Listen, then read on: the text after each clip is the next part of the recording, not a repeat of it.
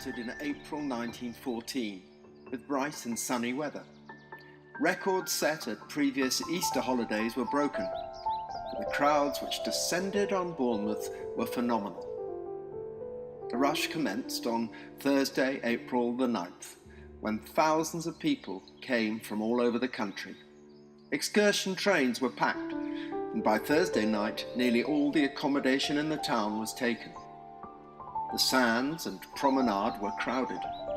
Paddle steamers had a busy time, and 30,617 people strolled along the Bournemouth Pier as against 20,501 the previous year. As far as Bournemouth was concerned, the black clouds of war which were starting to appear over the continent did not exist. The town settled down, anticipating a bumper year.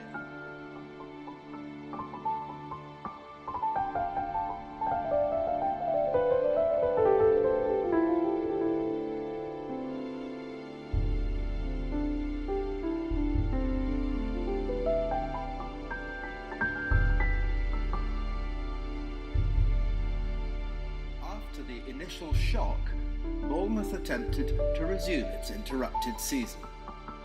Visitors should not heed the rumours which said that the town was in a state of siege, that the street lights were extinguished at an early hour, and that the pier, beach, and amusements were closed.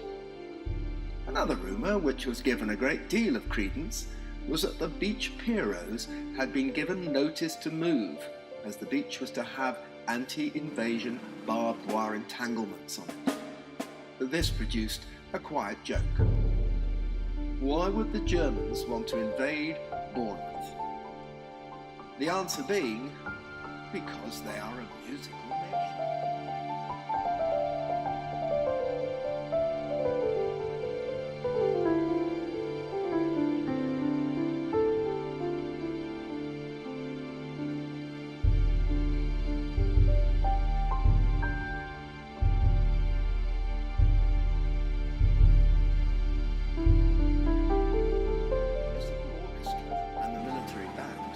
Came under criticism because Mr. later Sir Dan Godfrey did not remove the music of the German composer Wagner from his programs. He received a postcard which read, "What the devil do you mean by playing German music, you beastly pro-Germans? A disgusted Englishwoman." This was rather unfair, because during the 1914-15 season, the orchestra played more British works than ever.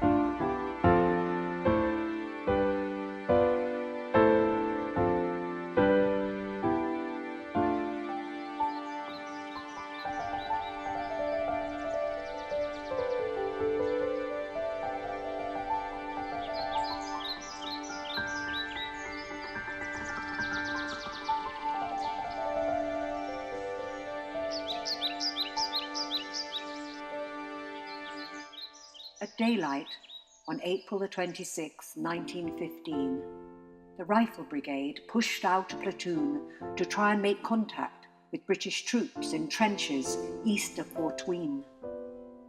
Shelling began in earnest at dawn and lasted all day. Some Germans came over Grabenstaffel Bridge and into the Hanebeke Valley, but did not push on.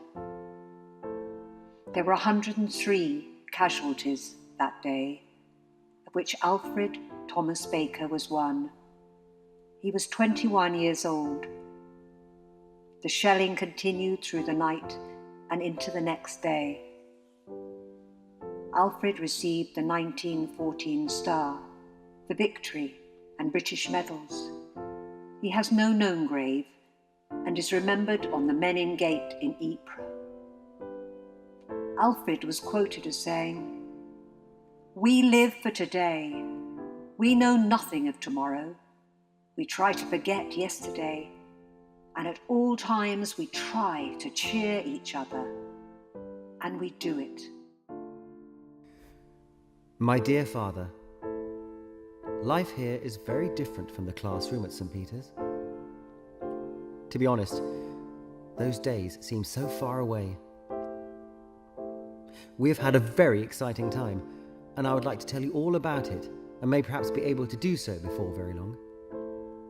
Our battalion won golden opinions from all concerned, and one regular battalion is said to have christened us the Glorious 13th.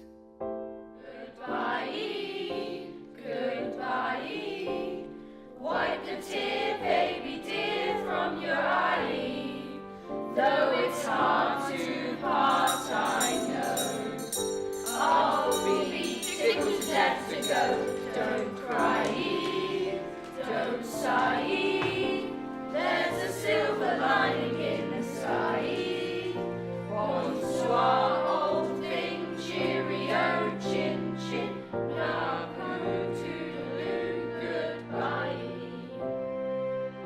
Dear teacher, you're the best in the whole world. Do your part. See you again, Luke. I will miss you, Mr. Southwick. I promise to practice my times tables. Come back soon, Charlotte.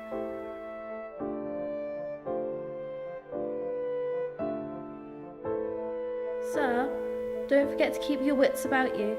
The class will miss you so much, especially in English.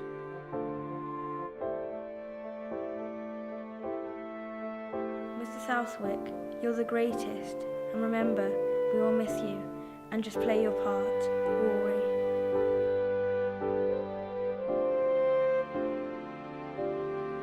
Do your part, Mr. Southwick. I will always remember the times you were so nice and funny. Stay safe. School won't be the same without you. You are the best teacher ever, Anne. Dear Mr. Southwick, we will miss you so much. Do not forget us. We will not forget you. You are the best teacher. You were always funny and kind, Elizabeth.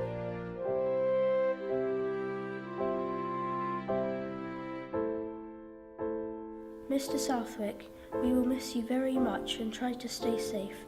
Hope to see you soon. P.S. You are the best teacher ever.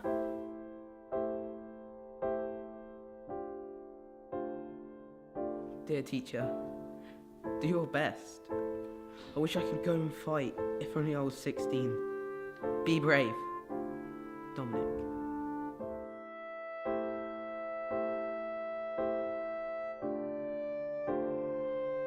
Wish I could go with you. I knew I could do something for Britain. Yours, David.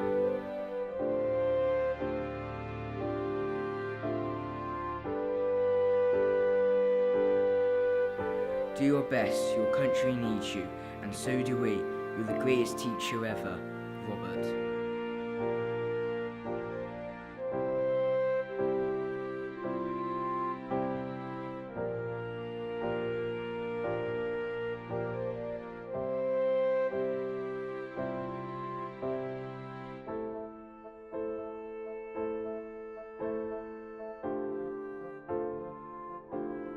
The most thrilling experience I had was when taking a party with rations and materials for the engineers, who of course had to work on the new trench which the firing line had to dig as soon as they reached their objective. Of course, it was in the interest of the Germans to try to prevent supplies and reinforcements, etc., coming up by shelling all approaches. And they made no mistake about it, dropping 2 or 3 shells almost on top of us. I was going to say that I've come out of it with a whole skin. But not being able to have my boots off for 11 days, my feet got so dry that my heels have cracked and are rather sore. But that is all. The chief feature of the affair was the work of the stretcher bearers. They worked like stink, and every one of them deserves the DCM. It is a good job the weather was so fine, as it would have been very unpleasant being in the open for 11 days had the weather been bad. We had just a taste of nasty weather when a northeast wind brought a few showers of snow and hail, but it did not last long, and some delightful weather followed. The papers give a rough estimate of the German losses, but they absolutely fail to give any idea of the horrible spectacle the German trenches presented. The bodies, or rather the pieces of bodies, were piled on top of one another, sometimes as many as 15 lying killed in a space of half as many yards. Tell Mother I miss her very much, and not to worry about me. I'm doing well. Of course, I miss you as well, Father. We will go for a good old walk when I return, and stop off for a drink at the Oak. Your devoted son, Charles.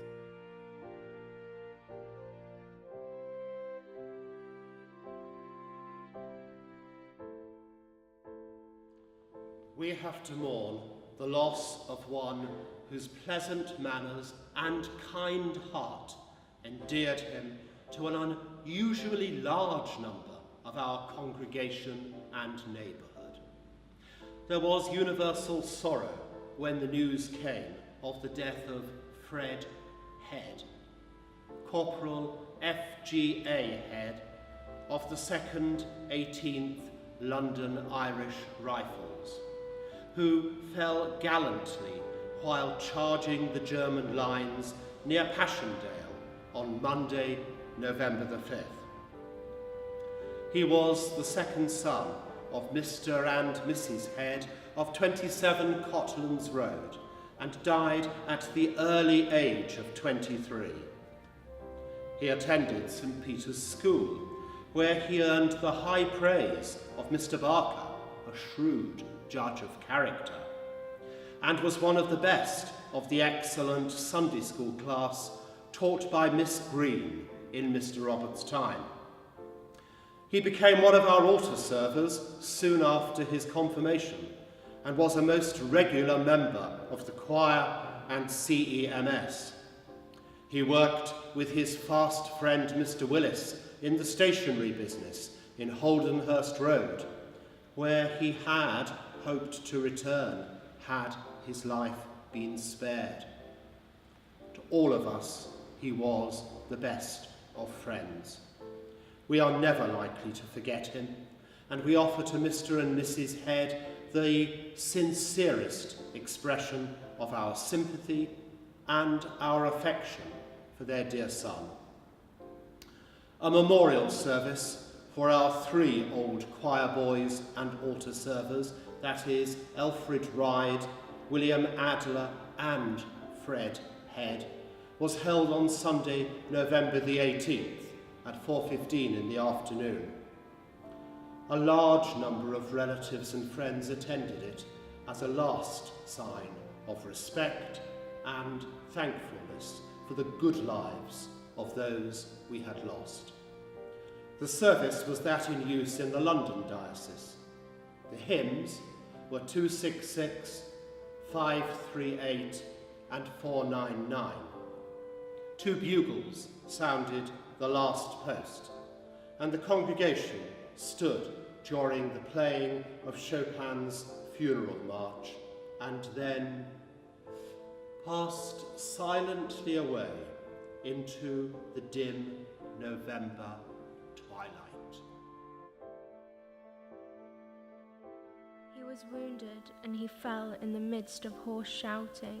The tide passed and the waves came and whispered about his ankles. Far off he heard a cock crow, children laughing. Rising at dawn to greet the storm of petals shaken from apple boughs, he heard them cry, and turned again to find the breast of her, and sank confused with a little sigh. Thereafter water running, and a voice that seemed to stir and flutter through the trenches and set dead lips to talking. Wreckage was mingled with the storm of petals. He felt her near him, and the weight dropped off suddenly.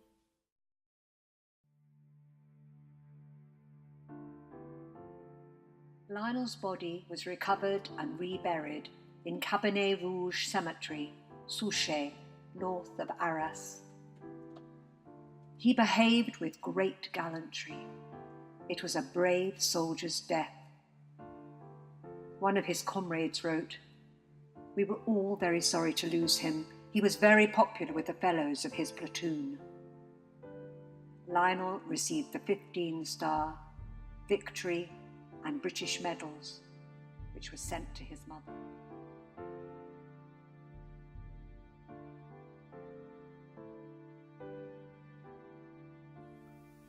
Now, that you too must shortly go the way which in these bloodshot years uncounted men have gone, in vanishing armies day by day, and their numbers will not come again. I must not strain the moments of our meeting, striving for each look, each accent not to miss, or question of our parting and our greeting. Is this the last of all? Is this, or this? Last sight of all it may be with these eyes, last touch, last hearing, since eyes, hands, and ears, even serving love are our mortalities, and cling to what they own in mortal fears. But oh, let end what will, I hold you fast by immortal love, which has no first or last. Jack fell, as he had wished. The mother said, and folded up the letter that she had read. The Colonel writes so nicely. Something broke in the tired voice that quivered to a choke. She half looked up. We mothers are so proud of our dead soldiers. Then her face was bowed. If I should die, think only this of me, that there's some corner of a foreign field that is forever England, that there shall be in that rich earth a richer dust concealed, a dust whom England bore, shaped, made aware, gave once her flowers to love, her ways to roam, a body of England's, breathing English air, washed by the rivers, blessed by the sons of home. And think this heart will evil shed away, a pulse in the eternal mind, no less give somewhere back the thoughts by England given, her sights and sounds, dreams happy as her day, and laughter learnt of friends, and gentleness in hearts at peace, under an English heaven. Perhaps someday the sun will shine again, and I shall see that still the skies are blue, and feel once more I do not live in vain, although bereft of you. Perhaps the golden meadows at my feet will make the sunny hours of spring seem gay, and I shall find the white may blossom sweet, though you have passed away. Perhaps the summer woods will shimmer bright, and crimson roses once again be fair, and autumn harvest fields a rich delight, although you are not there. Perhaps some day I shall not shrink in pain to see the passing of the dying year, and listen to Christmas songs again, although you cannot hear. But though kind times may many joys renew, there's one greatest joy I shall not know again, because my heart for loss of you was broken long ago.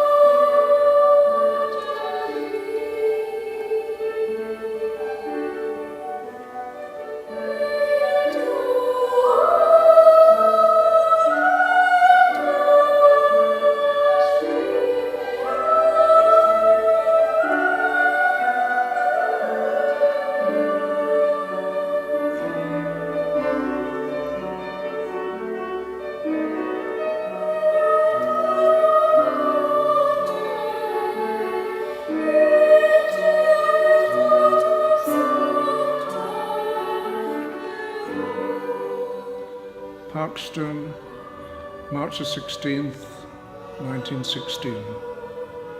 Dear Sir, I have seen in a recent issue of the Daily Chronicle an article concerning the storage of effects of killed and missing territorials in the present war, in the hope that you may have there something or other belonging to my son, the late Sergeant C.J. Southwick, number 1212, 18th Kensington London Regiment. I have determined to write to you. My son was reported killed in action on May the 9th last year during the British attack on Aubers Ridge. Since the receipt of the news of his death from the War Office, nothing whatever of his effects have been to hand, and we have seen several men of his regiment who were in the same action, but no one can tell us anything about the manner of his death, and we have found no one who saw him die and had to do with his burial. I have applied to the headquarters of the battalion at Kensington with no result. If you can furnish any information or discover any of his effects, my wife and I will be very grateful to you. Yours faithfully, Charles Southwick.